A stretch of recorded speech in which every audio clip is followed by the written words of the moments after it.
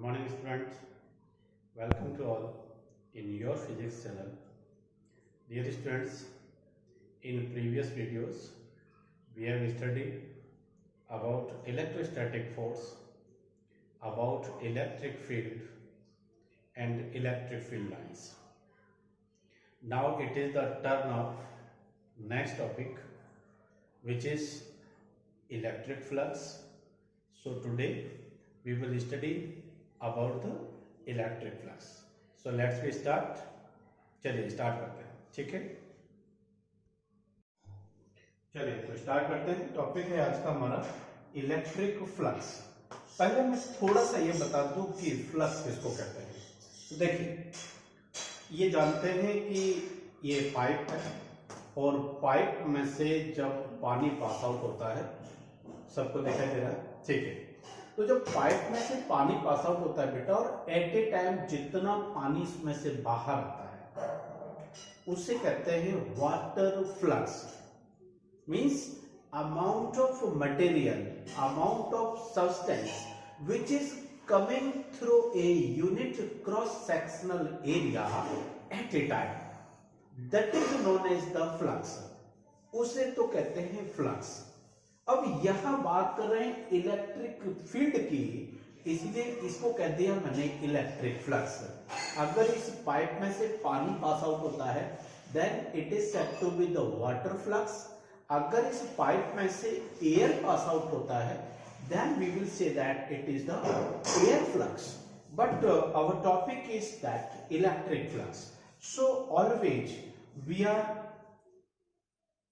indicate the field line. Suppose it is any charged plate. Clear? Then the field lines are coming out from the plates in straight direction at everywhere, such type. So these are the field lines. Or maybe due to any point charge. Suppose it is positive charge. So due to that positive charge, field lines always away like that, such type. Now we will consider any area in the path of these field lines, which area vector is maybe along the direction or maybe at any angle. If field lines are moving in the direction in a horizontal axis and the area vector is that at an angle of theta, then how many number of field lines can comes out at a time? That is known as the electric flux. For such also, suppose it is considering area through which many of the field lines can comes out. So this is not, these are the electric field lines and this is area vector. Now vector consider as an area because it has the direction along the direction of propagating of the electric field. Now I would like to draw a diagram.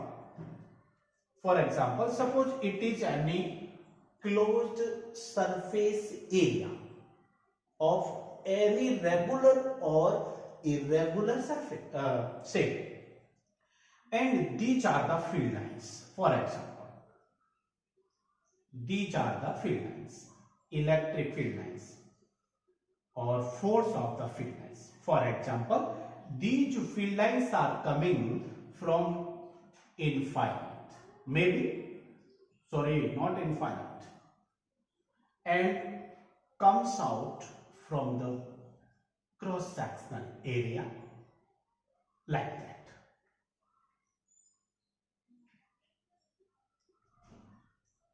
These are the field lines. Enter, this is enter, and this is out, outcoming. Is it clear? This is the direction of electric field. Direction of electric field. Electric field is a vector quantity. Clear? and this is the closed surface. If we consider a smallest closed surface area such that कोई छोटा सा एक whole cut कर लिया for example, and whose direction of electric field along horizontal and whose area vector delta s for the smallest area, which is maybe at an angle of theta. Not sure along the direction, perpendicular or at any angle. Clear? Then the number of felines can comes out through smallest area vector is known as flux. Means the field lines. Field lines passes through a area vector at a time, known as electric flux. उसे कहेंगे बेटा electric flux. It is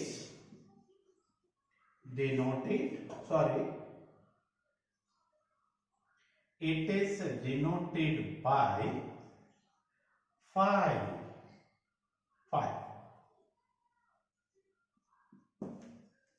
and it is the normally magnitude, and magnitude is the scalar quantity. So it is scalar quantity. Is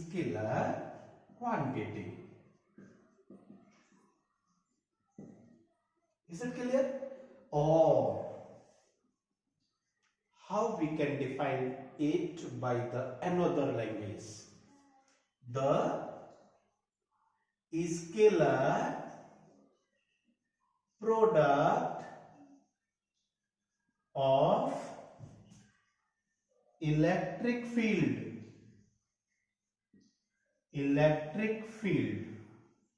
and area vector. Electric field also the vector quantity. Area vector is known as electric flux, that is represented by phi. So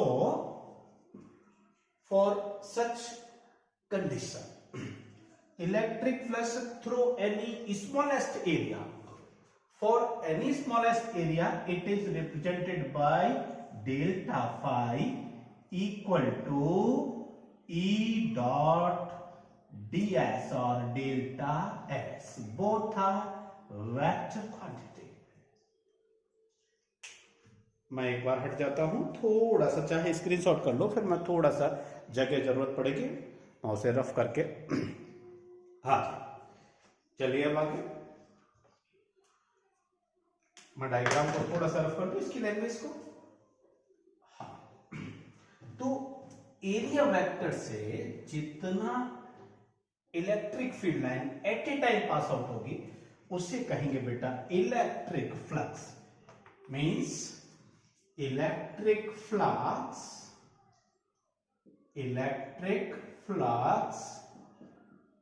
यानी phi through a area vector.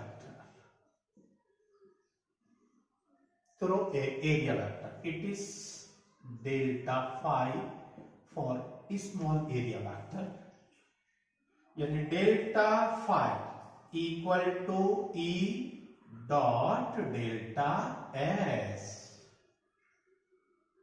Clear? और E delta S cos theta. How? Because vector A dot vector B means dot product of two vector is always equal to vector A, B cos theta. It is cos theta. Clear? So I have written here A, B cos theta, E, ds cos theta. For example, it is the flux through only the surface of small area vector. केवल इस small area vector से कितनी field lines pass out हो रही है. Now flux through a large surface area, it is equation number first. Now electric flux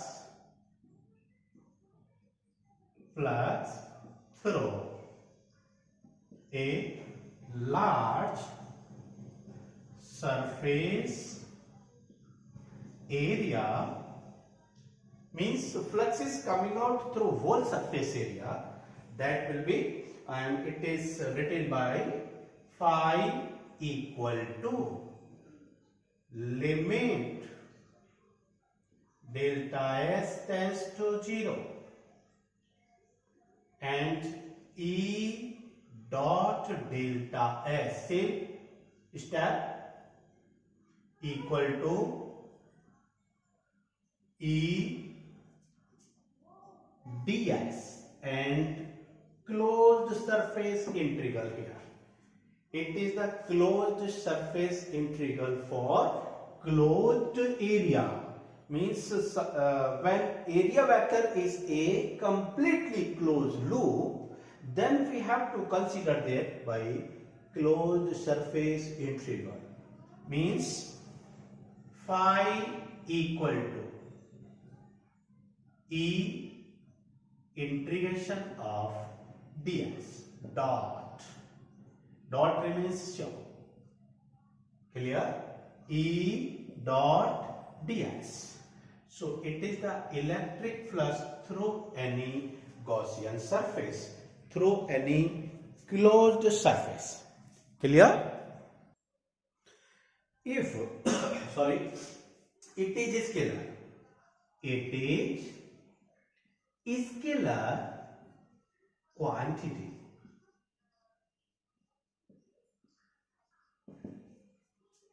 And its SI unit and its SI unit is, write it here, for electric field Newton per Coulomb. Newton per Coulomb for electric field into area. Unit of area will be meter square. So we will write it here Newton meter square Coulomb minus 1. देखते हैं, देखिए दिखाई दे रहा है पूरा आराम से. Little bit, yes. Next one. There is an angle. There is an angle. If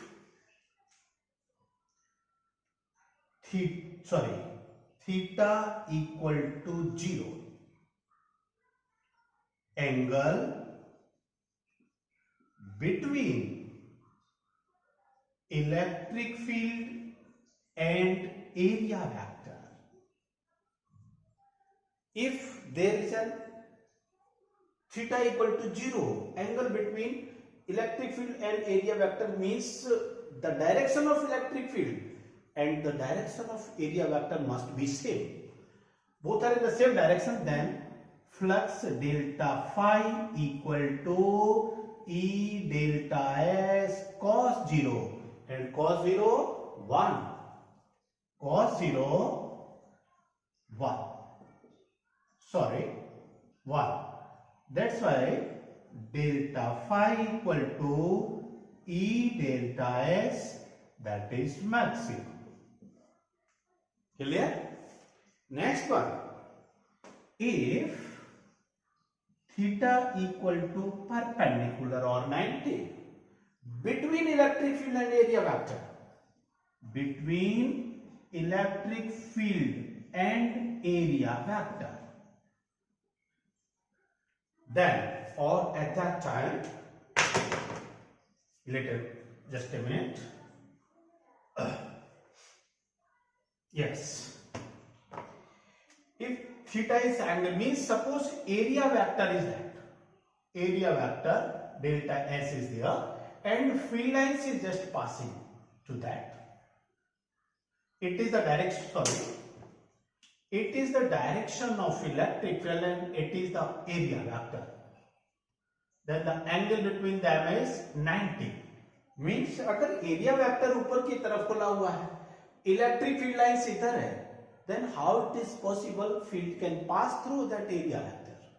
कैसे possible होगा कि electric field उसमें से pass out हो जाएगी? No? This is the direction of electric field. Then flux delta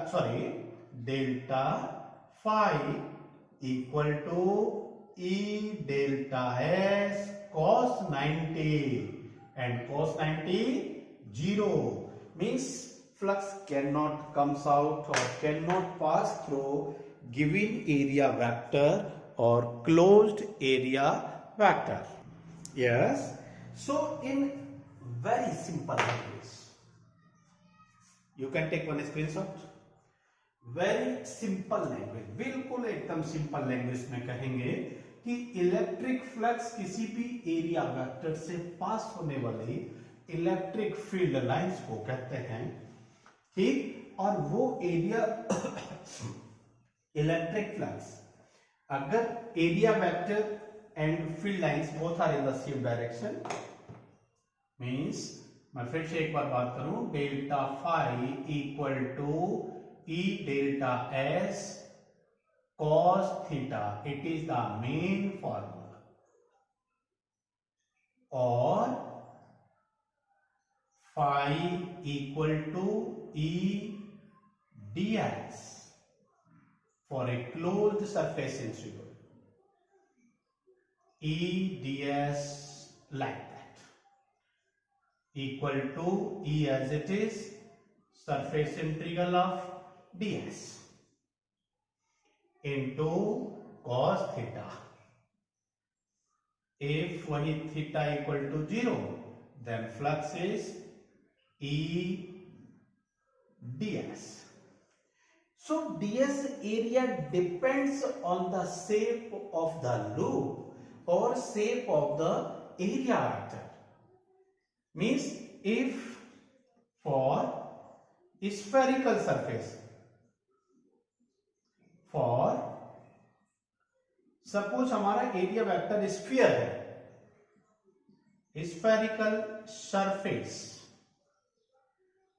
integration of dS equal to S कहेंगे, dS का integration है सर क्या, और वो कितना होगा बेटा 4 pi r square, r is the radius of that sphere, clear.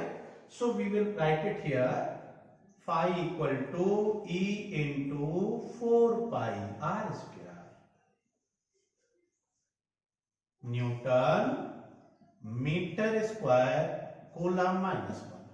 हमेशा ध्यान रखिए कभी भी यूनिट नहीं छोड़ना है, clear.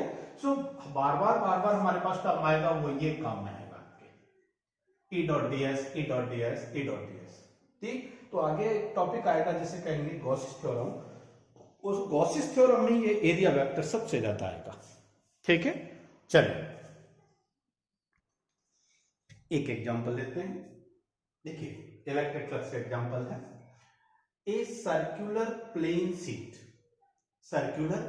Sheet of radius 10 centimetre placed in uniform electric field whose value is given E equal to 5 into 10 to the power 5 Newton per coulomb, making at an angle theta equal to 60 degree with the field.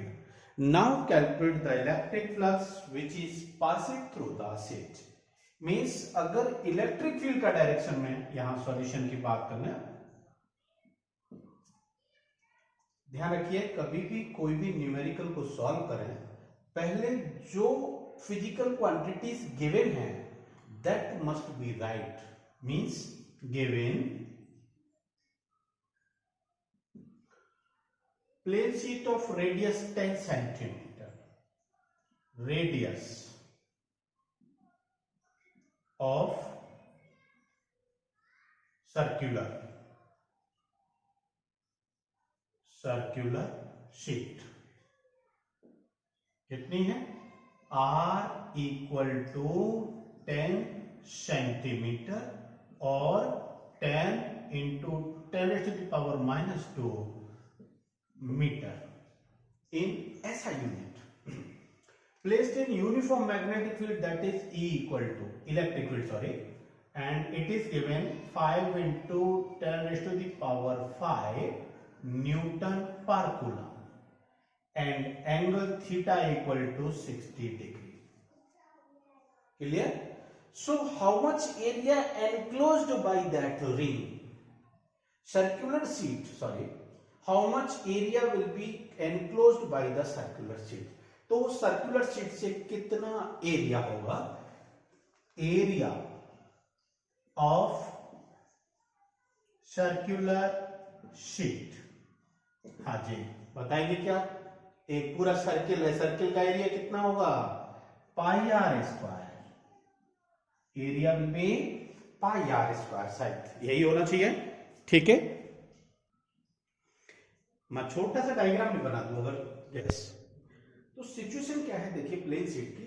Plane sheet की situation ये है कि ये तो electric field का direction है और जो शीट है सर्कुलर उसकी प्लेन का डायरेक्शन ये है जो इलेक्ट्रिक फील्ड के साथ में 60 डिग्री पर है।